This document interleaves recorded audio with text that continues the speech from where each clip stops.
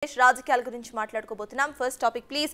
So there comes the first topic. Andhra Pradesh రాజకీయాల్లో సంచలనం సృష్టించిన ఎమ్మెల్యే కూన రవికుమార్ వ్యవహారం గురించి ఈ టాపిక్ లో డిస్కస్ చేద్దాం. ఇప్పుడు ఈ వ్యవహారం మొత్తం కూడా ఒక కొత్త టర్న్ తీసుకుందని చెప్పాలి. ఎందుకంటే కేజీబీవీ ప్రిన్సిపల్ సౌమ్య ట్రాన్స్ఫర్ ఇష్యూలో ఎవరూ ఊహించని కోణం ఇప్పుడు బయటపడుతోంది. ఎమ్మెల్యే కూన రవికుమార్ టార్గెట్ గా ప్రిన్సిపల్ సౌమ్య ఆరోపణలు చేయటం అది కాస్త రాజకీయ రంగు పులుముకుంది. ఇదే ఇష్యూ రాజకీయంగా ఓ కులంపై కుట్రకు తెరదీశారు అనే ఆరోపణలు కూడా వస్తున్నాయి. ఎమ్మెల్సీ దువ్వాడ శ్రీనివాస్ ఈ ఇష్యూలో సంచలన ఆరోపణలు చేశారు. ఆయన సొంత పార్టీ వారిపైనే విమర్శలు చేస్తూ కూన రవికుమార్ కు మద్దతుగా మాట్లాడారు. ప్రిన్సిపల్ సౌమ్యని కూన రవి వేధించినట్టుగా ఆధారాలు ఉన్నాయా అని ప్రశ్నించారు కూడా. ఇలాంటి ఘటనలు జిల్లాలో చాలా జరుగుతున్నాయని, ఇక టెక్కెలిలో ఒకే కులం వారి ఆధిపత్యం అసలు ఎందుకు కొనసాగుతోందని ప్రశ్నించారు దువ్వాడ శ్రీనివాస్. సౌమ్యని పరామర్శించిన వైసీపీ నేతలు ఇతర కులాల వారు వేధింపులకు గురైనప్పుడు అసలు ఎందుకు పరామర్శించడం లేదని ప్రశ్నించారు కూడా. అలాంటి వాటిపై ధర్మాన ప్రసాదరావు ఇక కృష్ణదాస్ ఎందుకు స్పందించడం లేదని నిలదీశారు.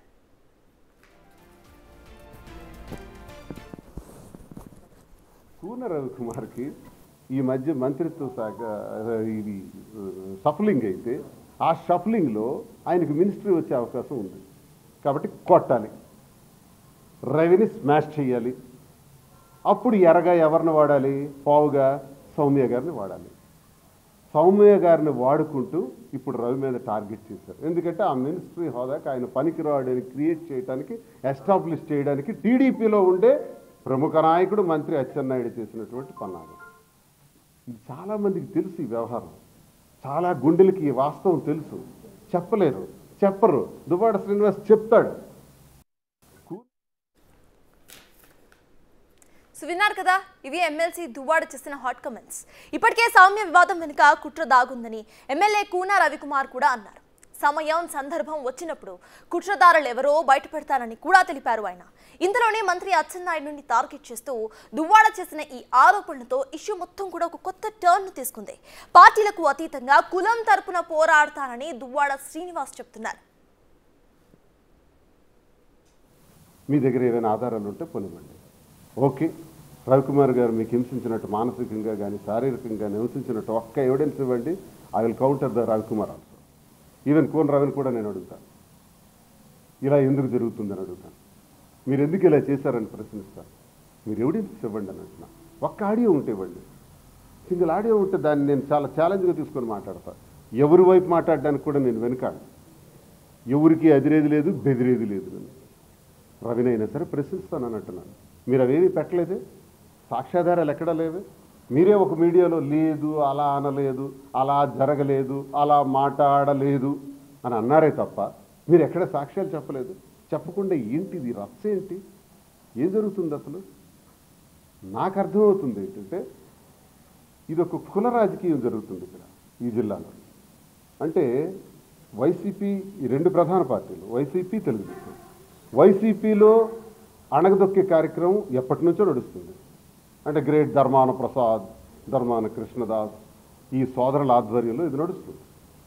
అందులో బాగా వైబ్రెంట్గా మాట్లాడి, చాలా ఫోర్స్ఫుల్గా మాట్లాడే నాలాంటి ఫెరోషియస్ లీడర్స్ మీద ఖచ్చితంగా టార్గెట్ పెడతారు. పెట్టారు, నాకు సస్పెండ్ చేయించారు, ఏదో చేయించారు, పక్కన పెడతారు. ఆ సబ్జెక్ట్ ఇప్పుడు సంబంధం లేదు, అది అప్రస్తుతం. అంటే ఒక కులం మీద దాడులు జరుగుతున్నాయి ఇక్కడ, ఒక పక్కడబందీగా జరుగుతున్నాయి. వైసీపీలో యాక్టివ్గా ఉన్న లీడర్స్ మీద దాడులు జరుగుతున్నాయి, మరి టీడీపీలో కూడా యాక్టివ్గా ఉండే లీడర్స్ మీద దాడులు జరుగుతున్నాయి. ఇక తన మీద వచ్చిన ఆరోపణలకు సంబంధించి అసలు కూన రవికుమార్ ఏమన్నారో ఇప్పుడు చూద్దాం. ఏమండి, ఇది కుట్ర. కూన రవికుమార్ ఎదుగుదల మీద కుట్ర. అది రేపు ఇది కుట్ర. ఇది రాజకీయ. కూన రవికుమార్ ఎదుగుదలని వార్వలేనటువంటి వాళ్ళు చేస్తున్నటువంటి అనామకులు, పనికి మాలిన వాళ్ళు, చెత్త వెధవలు చేసేటటువంటి కుట్ర. ఆ సంభాషణలు కూడా నా దగ్గర ఉన్నాయి. I have that record. Appropriate time I will release that. మీరెందుకు తొందరపడుతారు? ఈరోజు రవికుమార్ ఎదుగుదలని చూసి కుట్రలు పన్నే వాళ్ళు అనేక మంది ఉన్నారు. నా ముందు నమస్కారం పెడతాడు, వెనక కుట్ర దేవేవాడు కూడా ఉన్నాడు, గొయ్యి దేవేవాడు. రాజకీయాలు సర్వసాధారణం. But I will face it. అన్నిటినీ సమర్థంగా ఎదుర్కొనే ధైర్యం దమ్ము నాకున్నాయి. ఎవ్వరు ఏమీ చేయలేరు. నేను నిజాయితీగా ఉన్నంత వరకు, నేను ఖచ్చితత్వంగా ఉన్నంత వరకు, నేను ఒక క్యారెక్టర్తో ఉన్నంత వరకు ఎవ్వరూ నన్ను ఏమీ చేయలేరు. సిఎస్సి మొత్తం ఘటనకు సంబంధించి మనతో మాట్లాడడానికి కూన రవికుమార్ గారు బిగ్ టీవీతో లైవ్లో అవైలబుల్గా ఉన్నారు. నమస్తే అండి. నమస్తే అండి. ఎస్, స్టోరీ స్టార్ట్ నుండి మాట్లాడుకుందాం. అసలు సడన్గా సౌమ్య అనే ఒక ప్రిన్సిపల్ బయటకు వచ్చి మీ మీద అలిగేషన్స్ చేయడానికి మేజర్ రీజన్స్ ఏంటి అని మీరు అనుకుంటున్నారు రవికుమార్ గారు? మీకు, మీ ప్రేక్షకులకి, అలాగే ప్యానల్లో ఉన్నటువంటి పెద్దలందరికీ కూడా నమస్కారం. సౌమ్య అనేటటువంటి ఆమె ప్రిన్సిపల్ గా గుంటూరు కేజీబీలో వర్తిస్తున్నారు. జనరల్గా ఒక శాసనసభ్యుడిగా అన్ని వ్యవస్థలు సక్రమంగా పనిచేయాలి. ప్రభుత్వ కార్యకలాపాలు, ప్రభుత్వం ఇచ్చేటటువంటి అన్ని కార్యక్రమాలు ప్రజలకి సక్రమంగా అందాలి. అలాగే ప్రభుత్వ పాఠశాలలు బాగుండాలి, ఎఫిషియన్సీ పెరగాలి, రిజల్ట్స్ ఓరియంటెడ్ గా పనిచేయాలి అనేటటువంటి విధానంలో ప్రభుత్వం ఆలోచిస్తుంది.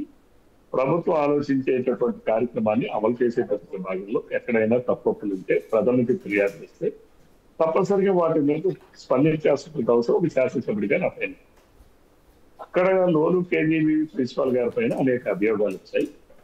వాటి మీద చాలా మంది పేరెంట్స్ నాతో మాట్లాడారు. అడ్మిషన్స్ టైంలో కొంతమంది దళితుల పిల్లలకు కూడా అడ్మిషన్స్ ఇవ్వకుండా నిరాకరించడం.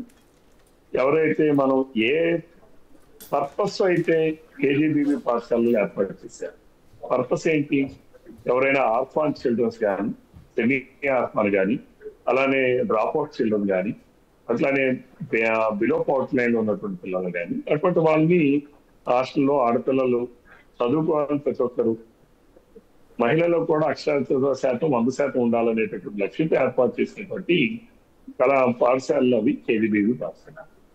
వాటి లక్ష్యానికి ఆ స్పిరిట్ ని ఏదైతే ఈమె దెబ్బతీసే విధంగా ఏదైతే ఆన్లైన్ లో దరఖాస్తులు పెట్టుకుంటారో ఆ దరఖాస్తులు అన్ని కూడా ఎస్పీడిఆర్స్ లో వాళ్ళకి స్క్రూటినీ చేసి లిస్ట్ పంపిస్తే ఆమె లిస్ట్ లో ఉన్నటువంటి పిల్లలకి అడ్మిషన్స్ ఇవ్వకుండా, వాళ్ళందరినీ అర్హత ఉన్న వాళ్ళని దళితుల పిల్లలకు కూడా వాళ్ళందరికీ ఇవ్వకుండా, ఇవ్వనప్పుడు కూడా మాట్లాడే మాట్లాడేదంటే, ఎందుకంటే స్వయంగా తల్లిదండ్రులే నాకు వచ్చి చెప్పినటువంటిది, మీ పాప నల్లగా ఉంది, మీ పాప అసహ్యంగా ఉంది కాబట్టి నేను సీట్ ఇవ్వనని చెప్పి తల్లిదండ్రుల ముందే అటువంటి మాట్లాడి ఇవ్వనటువంటి సందర్భాలు కూడా చాలా.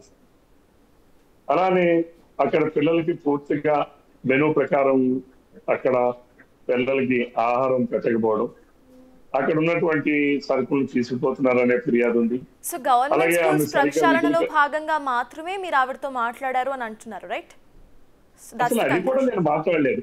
మీకు ఇక్కడ క్లారిటీ ఏంటంటే, ఆమెతో నేరుగా నేను ఎప్పుడూ మాట్లాడలేదు, ఫోన్లో కానీ వ్యక్తిగతంగా కానీ.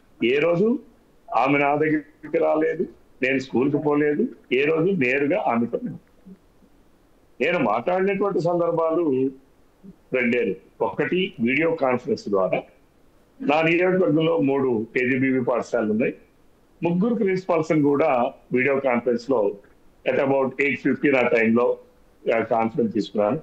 కాన్ఫరెన్స్ తీసుకోవడానికి ముందు కూడా ఒక 20 నిమిషాల ముందు వాళ్ళకి ఇంటిమేట్ చేశారు మా కార్యాలయం నుంచి, ఇలా ఎమ్మెల్యే గారు కాన్ఫరెన్స్ తీసుకుంటారని కాస్త మీరు ప్రిపేర్ అవుతుంది. ఆ కాన్ఫరెన్స్ లో కూడా నేను 4-5 నిమిషాలు మాత్రమే మాట్లాడాను. ఆ మాట్లాడేది కూడా రిగార్డింగ్ అడ్మిషన్స్, డేటా అంతా కరెక్ట్ గా మీరు అప్లోడ్ చేయండి, చిన్న మిస్టేక్ కూడా ఉండకుండా చూడండి, ఎందుకంటే తల్లికి వందనం అందరికీ వర్తించాలి. మన డేటా అప్లోడ్ చేసేదాంట్లో ఏమైనా మిస్టేక్స్ ఉంటే తల్లికి వందనం మిస్ అవుతారు, ఆ పేరెంట్స్ ఇబ్బంది పడతారు, కాబట్టి మీరు ప్రాపర్ గా చేయండి అని 3 ప్రిన్సిపాల్స్ తోని ఒక 5 నిమిషాలు మాట్లాడి నేను నా కాన్ఫరెన్స్ నేను క్లోజ్ చేశాను. తర్వాత ఆమెను ఎప్పుడు కూడా నేను నేరుగా ఎప్పుడు మాట్లాడింది వీడియో కాల్ కాదు, వీడియో కాన్ఫరెన్స్. అలానే ఆ తర్వాత నేను ఆమె మీద ఎప్పుడైతే ఫిర్యాదులు వచ్చాయో అందరు మళ్ళీ 3 ప్రిన్సిపాల్స్ ని, అలాగే జిల్లా అధికారి ఏపీసీ గారిని పిలిచి వారి సమక్షంలోనే రివ్యూ పెట్టా.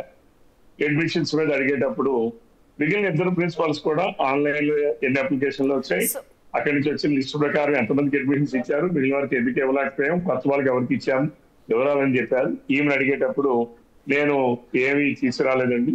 అయినా మీరు నాకు so got it Koona Ravikumar గారు, అంటే మేజర్ గా వర్క్ మ్యాటర్ లో మాత్రమే మీరు అది కూడా కాన్ఫరెన్స్ కాల్ మాట్లాడారు అని అంటున్నారు. ఆవిడ చేసే మేజర్ ఆరోపణ మీరు లైంగికంగా హింసించారు, at the same time 10:30 around మీరు ఇంటికి పిలిచారు అనే ఆరోపణ కూడా చేశారు. సో వాట్ ఎవర్, మీరు నిన్న మాట్లాడుతూ కూడా మీడియాతో మీరు చెప్పింది ఒకటే, ఆవిడ ఆత్మహత్య అనేది కూడా ఒక డ్రామా లాగా చేస్తుంది, అసలు ఆవిడ స్లీపింగ్ టాబ్లెట్స్ ఏమీ మింగలేదు అనేది.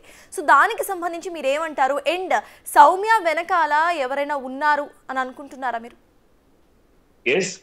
ఉన్నారనే చెప్తున్నాను. నేను కూడా చెప్పాను, మళ్ళీ మీతో కూడా చెప్తా ఉన్నాను. ఆమె సౌలభ్యంలో భాగంగా పరిపాలన దీంట్లో భాగంగా ఏదైతే కలెక్టర్ గారు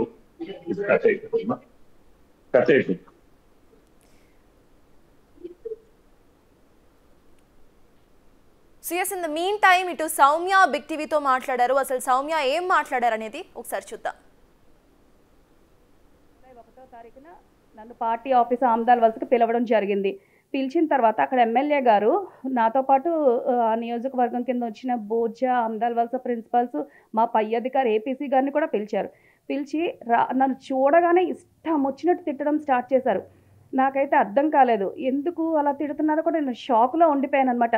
ఇలా వేలు చూపిస్తున్నారు, నోటికి ఎంత వస్తే అన్ని మాటలు తిట్టేస్తున్నారు. నేను చాలా ఎమోషనల్ అయిపోయాను, తట్టుకోలేక అడిగాను సార్కి, సార్ ఎందుకండి అలా తిడుతున్నారని. అంటే ఇంకా రెట్టింపు వాయిస్తో నాకు బాగా తిడుతూ మానసికంగా వేధించారు. అసలు నాకు అర్థం కాలేదు, నేను చేసిన తప్పేంటో కూడా నాకు అసలు తెలియడం లేదు. నా పక్కన నా పై అధికారి ఉన్నారు, అతను కూడా ఆపడట్లేదు.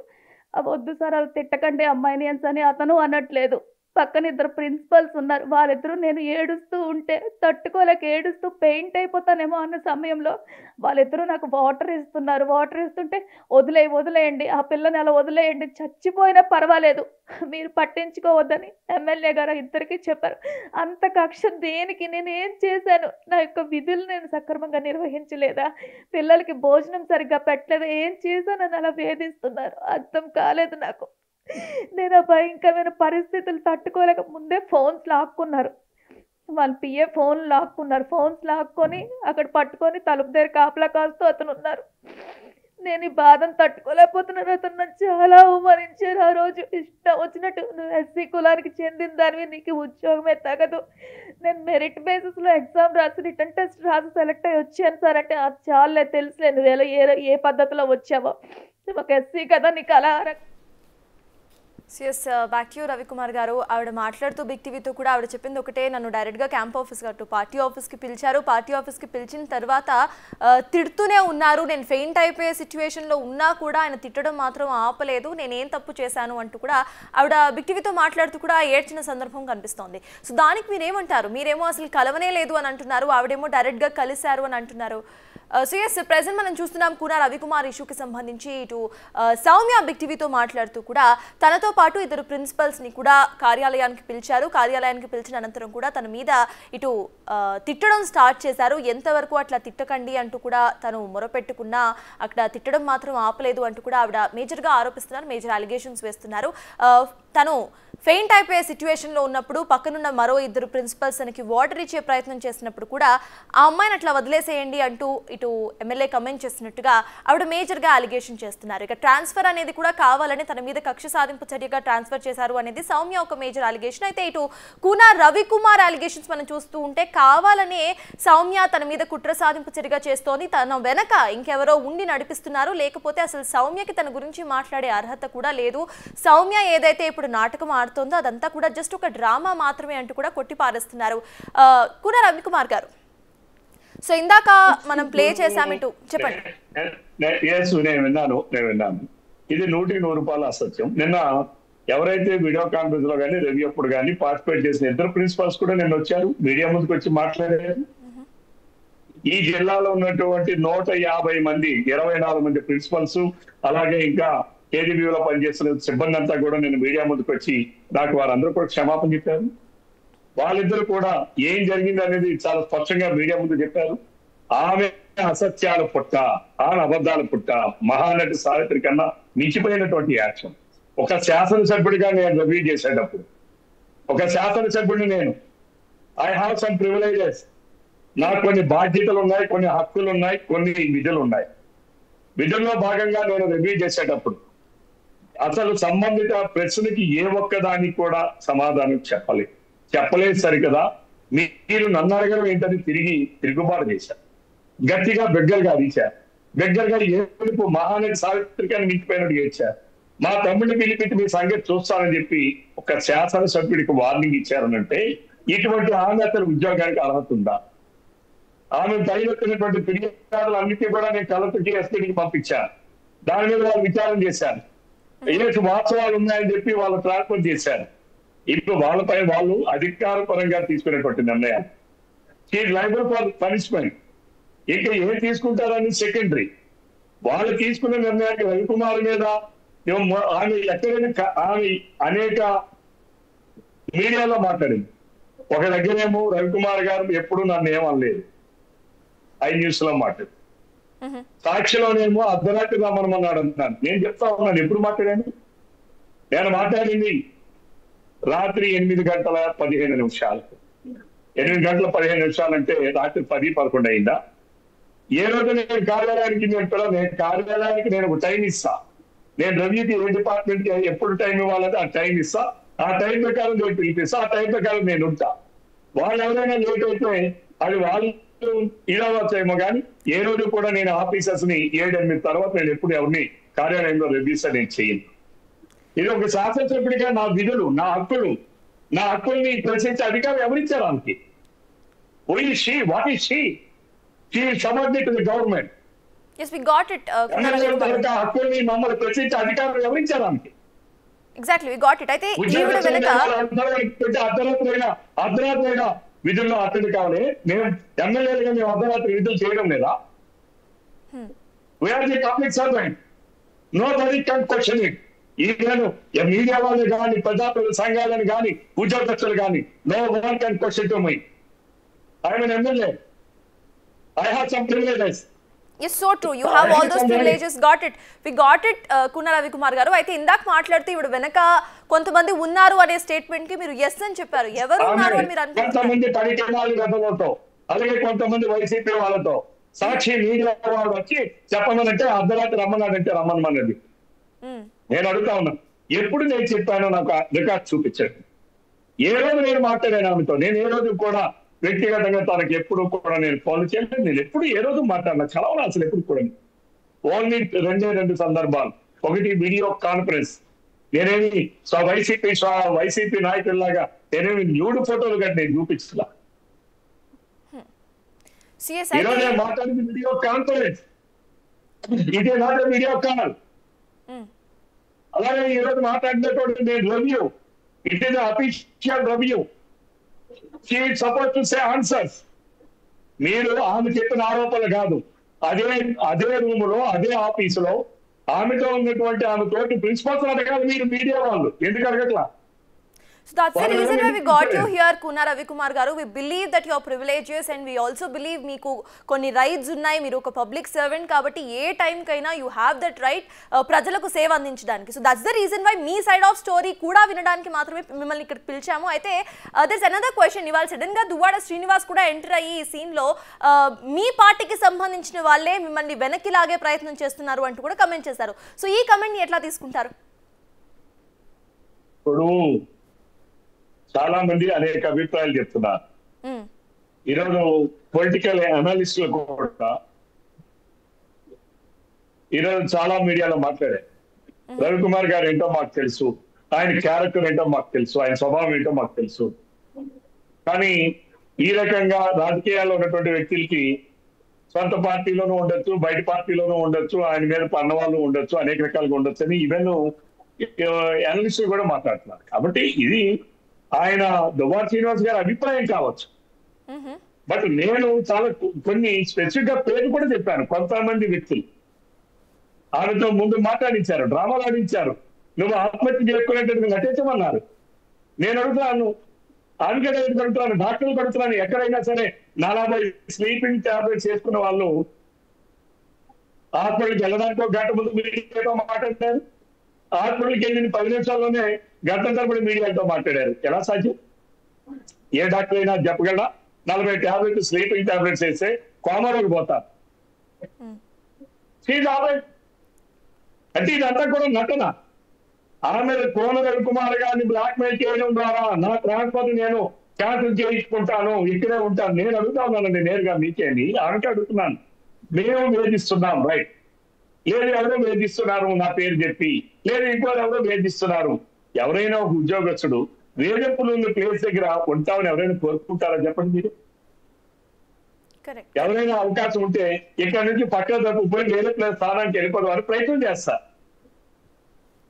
ఈరోజు కలెక్టర్ గారు అడ్మినిస్ట్రేటివ్ కన్వీనియన్స్ లో ఆయన ట్రాన్స్ఫర్ చేస్తే వెళ్ళిపోకుండా ఆమె ఏం మెసేజ్ పెట్టింది తోటి ప్రిన్సిపాల్ కి, మీరు నా దగ్గరికి రాకండి, నేను రిలీవ్ అవ్వను, మీరు ఎవరైనా వస్తే మీ మీద కేసు పెడతాను.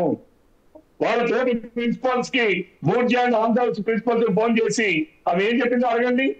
మీరు కానీ నా మీద ఏమైనా కౌంటర్ ఇస్తే, అలా మాట్లాడి ఇస్తే నేను మీ మీద అట్రాసిటీ పెడతాను, నేను ఆత్మహత్య చేసుకుంటాను, మీ పేర్లు రాసేస్తాను అని మాట్లాడిందో లేదు చెప్పండి.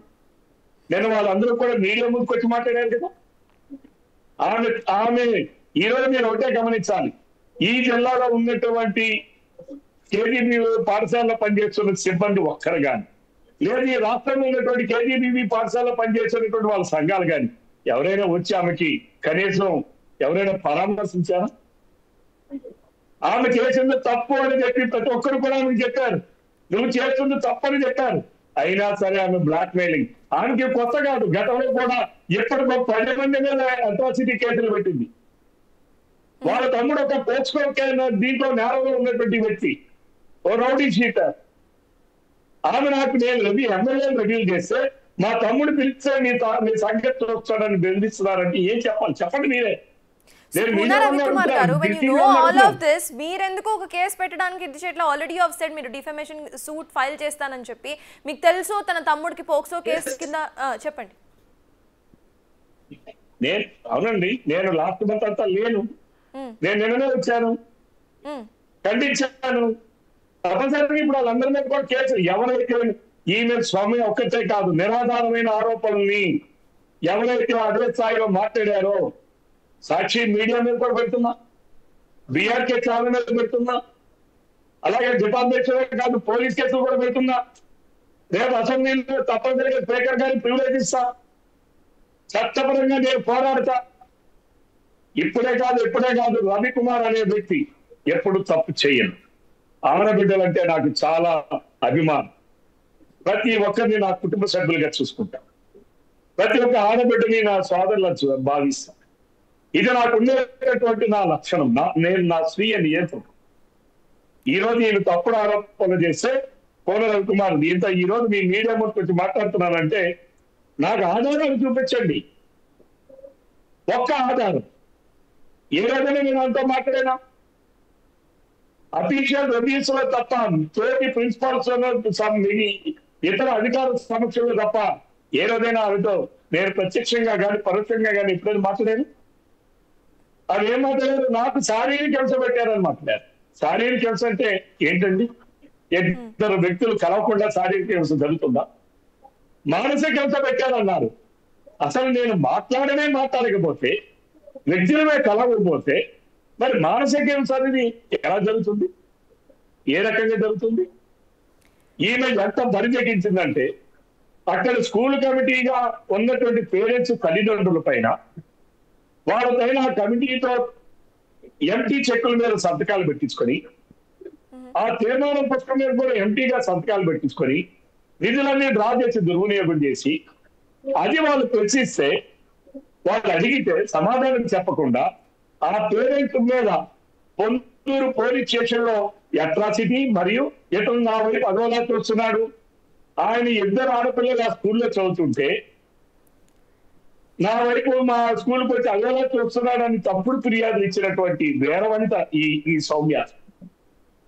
ఎవరైనా ఇద్దరు ఆడపిల్లలు ఆయన పిల్లలు అక్కడ చదువుతుంటే కనీసం ఈ తల్లి ఆ తండ్రి సో ఆ రవికుమార్ పిల్లల్ని గారు గాట్ ద హోల్ చూడడానికి సిచ్యువేషన్ నాకు అర్థమవుతోంది మీరు చెప్పేది క్లియర్ గా ఆరోపణలు మాత్రమే చేస్తున్నారు అని. అయితే ఒకసారి దువ్వాడ శ్రీనివాస్ చెప్పిన కమెంట్స్ కి కూడా ఒకసారి మనం మాట్లాడుకుంటే అచ్చెన్నాయుడు చేస్తున్న కుట్ర ఇది, కళింగులకి ఎటువంటి స్థానం అక్కడ పొలిటికల్ స్థానం ఉండకుండా కావాలనే చేస్తున్న కుట్ర ఇది అంటూ కూడా ఆయన మేజర్ స్టేట్మెంట్స్ పాస్ చేశారు. మీకు సపోర్టివ్ గా మీరు ఆ స్టేట్మెంట్స్ ఎట్లా తీసుకుంటారు? నిజంగా మీ సొంత పార్టీలోనే ఇట్లాంటి కుట్రలు జరుగుతున్నాయి అని మీరు అనుమానిస్తున్నారా?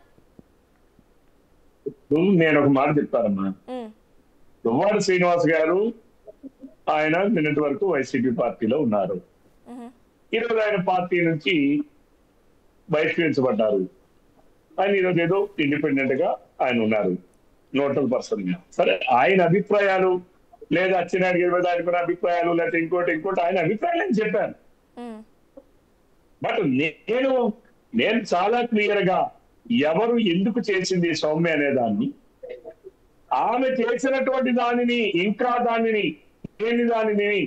దానిని ఎలాగైనా ఆపాదించి రాజకీయ లబ్ధి పొందామని కొందరు వైసీపీ వాళ్ళు, నా నియోజకవర్గంలో ఒక తోకలేరు ఉన్నాడు ఆ వైసీపీ, వాడికి కనీసం ఈ నియోజకవర్గంలో కూడా రావడి, అటువంటి వ్యక్తులు ఏదో అయిపోతే రవికుమార్ గారికి ఏమైపోతుంది?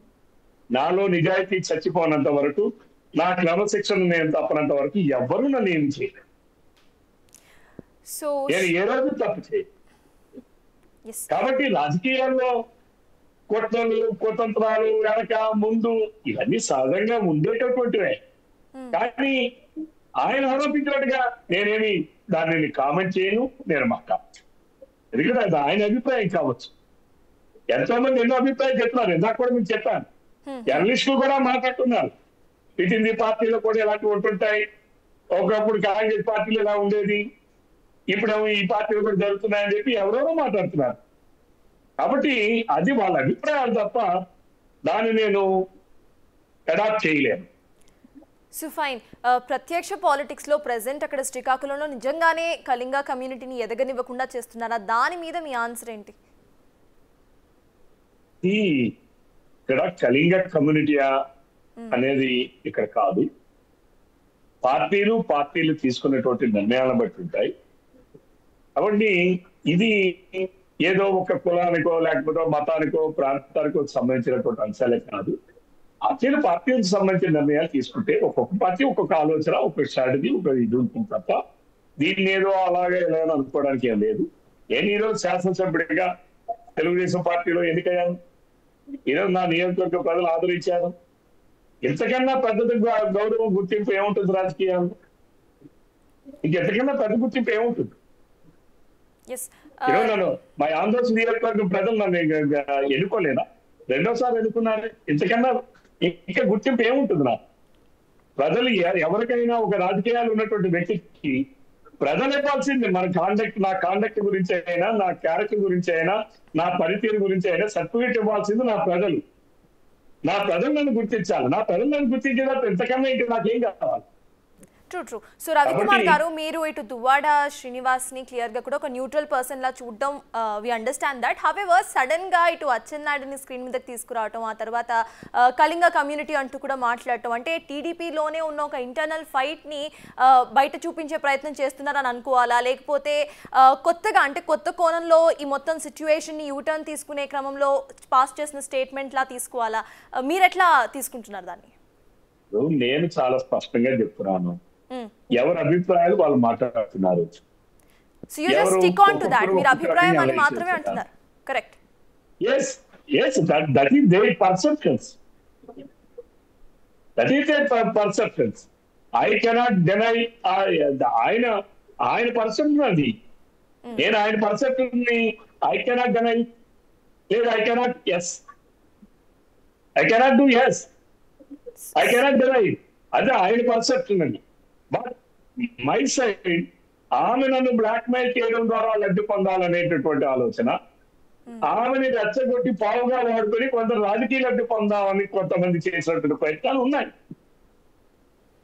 అది నిన్న చెప్పాను, ఈ రోజు కూడా మీకు చెప్తున్నా. Yes, we got your perception very clearly Koona Ravikumar గారు. అయితే మీకు సంబంధించి హైకమాండ్ లో ఏదైతే పదవి రాబోతుందో దానికి సంబంధించి ఈ మొత్తం సిచ్యువేషన్ ఒక మైనస్ అయ్యే అవకాశం ఉందనుకుంటున్నారా? అండ్ ఇందాక మీరు చెప్పారు మీ ప్రజలు ఏమనుకుంటున్నారో అది మీకు ఇంపార్టెంట్ అని. మీ నియోజకవర్గ ప్రజలు ఈ మొత్తం ఇష్యూకి సంబంధించి అసలు ఎటువంటి సపోర్ట్ మీకు ఇస్తున్నారు?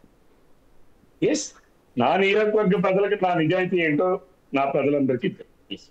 నేను నా కార్యకర్తలు, నా నాయకులు, నేను అమెరికా నుంచి 4 రోజుల తర్వాత వస్తే అందరూ ఈ రోజు నాకు సంఘీభావం చెప్పడానికి అందరూ విశాఖపట్నం వరకు వచ్చారు.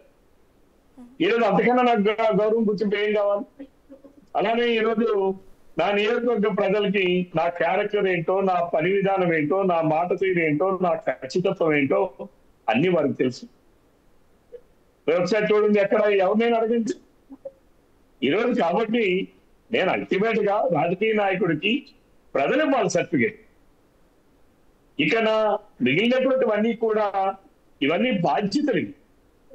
పార్టీలు, రాజకీయ పార్టీలు, ప్రభుత్వాల్లో ఒక్కోసారి ఒక్కొక్కరికి ఒక్కో బాధ్యత అప్పచెప్తుంది.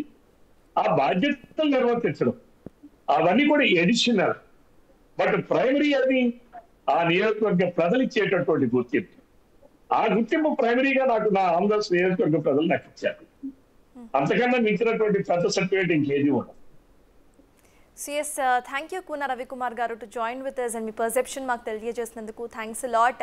సిఎస్, ప్రెసెంట్ ఆంధ్రప్రదేశ్ రాజకీయాల్లో జరుగుతున్న ఒక మేజర్ టాపిక్ గురించి మనం వాళ్ళు మాట్లాడుకున్నాం. కూన రవికుమార్ ఇష్యూకి సంబంధించి ఆయన డైరెక్ట్గా సౌమ్య చేస్తున్న ఎలిగేషన్స్ ఏవైతే ఉన్నాయో కావాలని తన వెనక ఎవరో ఉండి నడిపిస్తున్న ఎలిగేషన్స్ మాత్రమే, ఇది పొలిటికల్ రంగు కూడా దీనికి పులుముకుంది అంటూ కూడా ఆయన మాట్లాడుతూ కూడా బిగ్ టీవీతో చెప్పే ప్రయత్నం చేశారు. మిగతా న్యూస్ అప్డేట్స్